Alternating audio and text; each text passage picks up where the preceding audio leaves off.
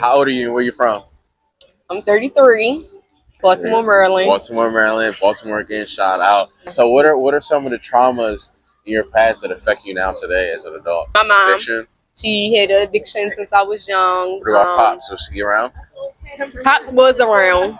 He wanted me because he went to North Carolina, and I was in North Carolina with him, so I was like 8. And then it was like a custody battle type of thing. My grandmother, she raised me, and my brother and sisters. She didn't want us to be separate, and he kind of, he agreed.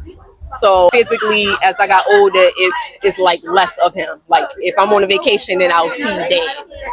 But now that I'm like older, it's like You don't really see him too much. right. As I got older to understand, I get it. I'm a new mom, so I kind of get. You're like, a new mom. Yeah, I just said it. My baby 8 months. For sure. Yeah. Is Pops around for the baby? Yeah, we co-parent. I wouldn't ask for nothing better. If we're not going to get along, that's perfectly fine. For him to physically be in my child life means a lot to me. 100%. Because a lot of people don't have the fathers in their life. Sure. But I want to ask you, have you ever been depressed before? I have, and I would be at school. They have the parent dance, and my dad's isn't there because he's in North Carolina. Mom's not there because she's on the street. So I kind of dealt with my depression like last year somewhat. I wanted my mom to meet my son. Like even though you weren't there for me, to be in his life would mean a lot to me. How did that make you feel? I got to smile about it at the end of the day because I'm always be there for my son and make sure that he doesn't get what I got when I was younger. He doesn't feel neglected. He doesn't feel like, oh, mom wasn't there. That's what scares me the most. If I forced her to like even see my child, the first thing I'm gonna think he's probably in danger. I don't know what you're capable of. I don't know what your mental's like. I want the best for my child. What's your child's name? Logan. And shout out to Logan. What are you self-conscious about?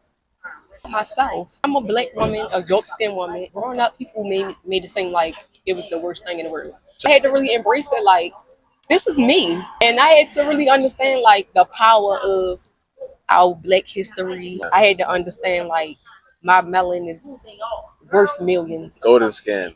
I had to love myself first. And that's why I held back from, like, having children. I didn't want to be a replicate of my mother. And I just give grace to my grandmother for, like, opening up my eyes for that.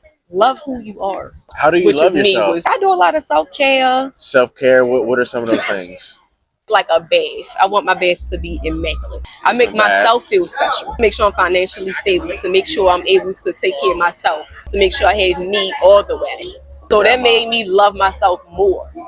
When my mother actually confronted me and told me everything I've been asking her for years, like, why do you do drugs? Drugs is bad. She said her first thing that made her start was weed.